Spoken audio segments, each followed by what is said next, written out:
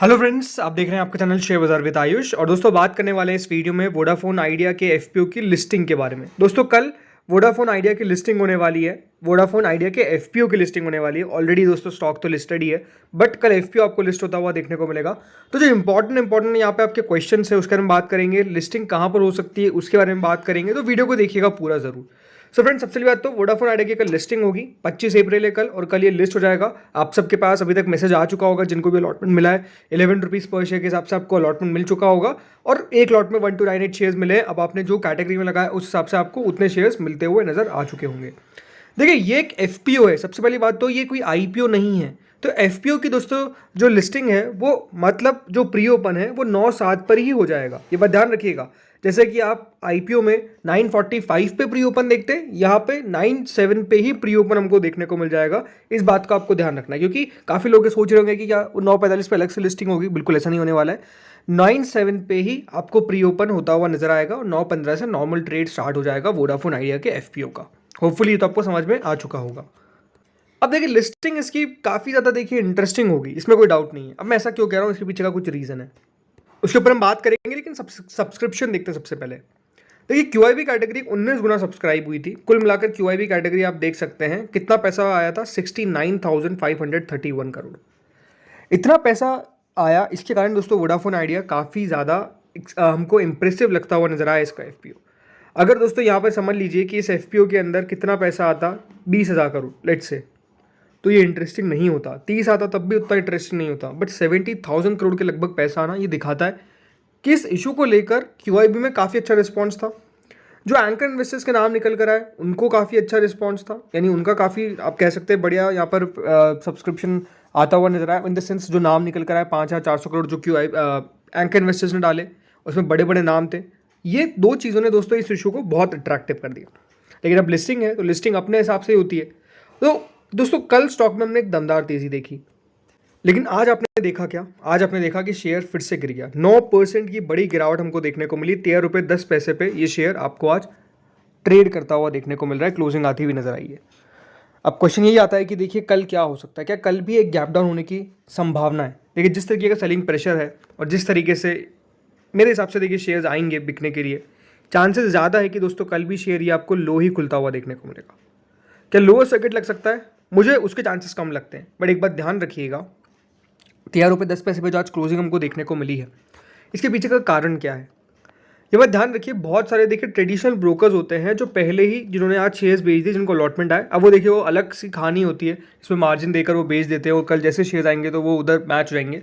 ये सिर्फ उन ट्रेडिशनल ब्रोकर्स के पास ये हम कह सकते हैं चीज़ें होती है। बाकी जो आज आप डिस्काउंट ब्रोकर्स यूज़ करते हैं जैसे जीरोधा, ये सब इन सब में नहीं कर सकते। बट द थिंग इज, हुआ क्या कि लोगों ने ये सब किया ताकि आज उन्होंने अपना मुनाफा बुक किया, इसलिए सेलिंग प्रेशर जो था वो आज काफ़ी हावी हमको देखने को मिला। वॉल्यूम भी काफ़ी अच्छी देखने को मिली और ये सब चीज़ें होती हुई नजर आई। बट एक बात ध्यान रखिए कि क्या आपको नुकसान हो सकता है? मेरे आपसे नुकसान तो कतई नहीं होने वाला है। क्यों?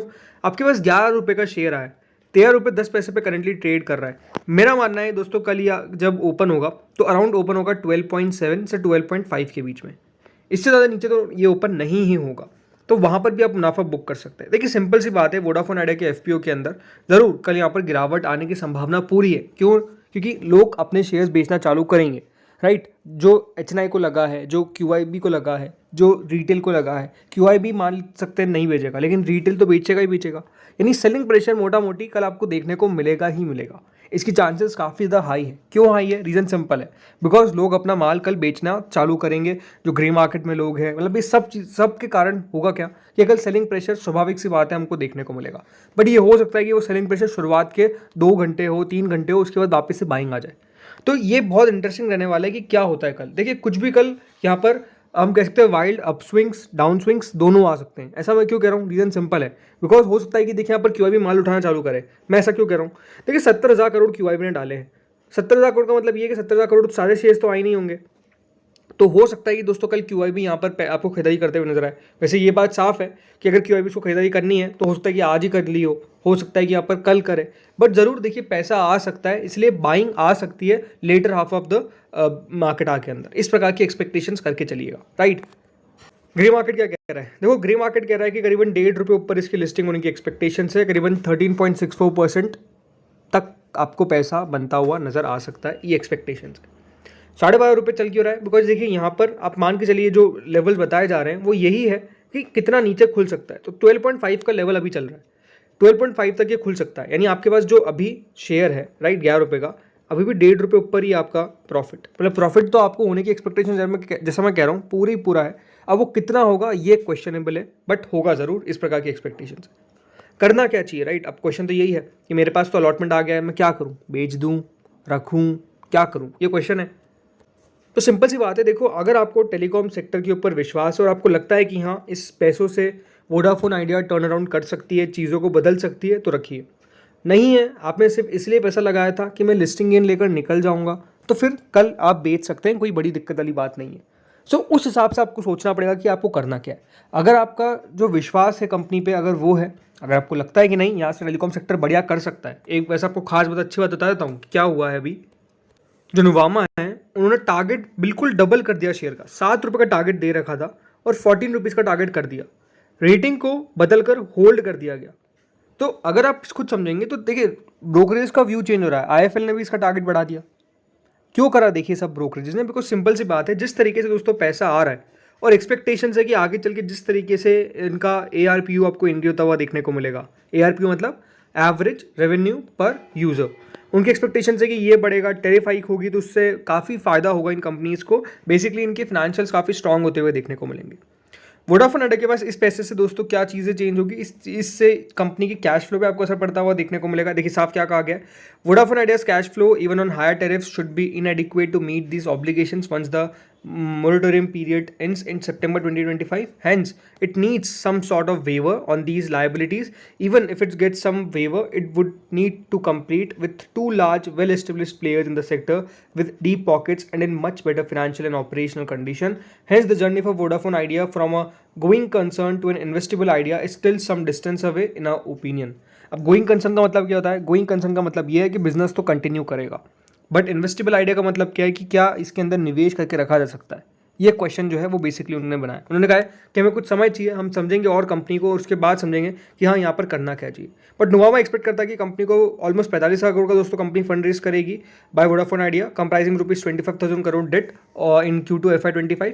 ब्रोकरेज ने ये भी कहा है कि वोडाफोन आइडिया का जो कैपेक्स है वो करीबन 40,000 करोड़ का देखने को मिल सकता है अगले 8 क्वार्टर्स के अंदर, और वो मानते हैं कि टेरिफ हाइक से 10% इन Q2 FY25 होगी और टेरिफ हाइक होगी Q3 FY26 के अंदर, तो 10% यहाँ पे इंक्रीज हमको देखने को मिल सकता है। वोडाफोन आइडिया का जो मैनेजमेंट है वो टारगेट कर रहा है multiple tariff hikes coming years. वो मानते हैं कि उनका ARPU और EBITDA भी इंक्रीज होगा, बेटर होगा, और उनका मानना है कि जो कंपनी है वो अपना डबल करेगी EBITDA तो 35,000 crore in the next 2-3 years. So ये सिंपल सी बात है कि यहाँ पर स्टोरी क्या है, स्टोरी कम से कम 2-3 सालों की। अब मैं ये नहीं कहता कि देखिए 2-3 सालों में 100% ये होगा ही होगा, बट अगर आपको विश्वास है तो आप होल्ड कर सकते हैं, और विश्वास नहीं है तो सिंपल सी बात है कल आपको मुनाफा बुक करना है और कोई ऑप्शन नहीं है, राइट? तो लिस्टिंग कहाँ पर होगी? मेरे हिसाब से देखिए 12.5 से 12.7 के बीच में कहीं लिस्ट होगा, 12.5 से 12.7 की इसकी लिस्टिंग होने वाली है। और एक्सपेक्टेशंस क्या? एक्सपेक्टेशंस यही कि दोस्तों जो प्रॉफिट होगा वो होगा अराउंड, आपको मान के चलिए 1,800 से लगाकर 2,200 तक के बीच के अंदर मुनाफा जो है वो आपको कल होता हुआ नजर आ सकता है। जैसे मैंने कहा, आपका व्यू क्या है वो आपको क्लियर करना है कि आपको लॉन्ग टर्म के लिए होल्ड करना है या फिर शॉर्ट टर्म के लिए, बट ज़रूर इस तरीके की लिस्टिंग की एक्सपेक्टेशंस मेरी है, इतना मुनाफा हो सकता है। तो दोस्तों इस वीडियो में इतना ही था, होपफुली आपको वीडियो बढ़िया लगा होगा। बाकी आप लोगों की एक्सपेक्टेशंस क्या है बताएगा कमेंट सेक्शन में। इस वीडियो में इतना ही था। Thank you friends watching this video.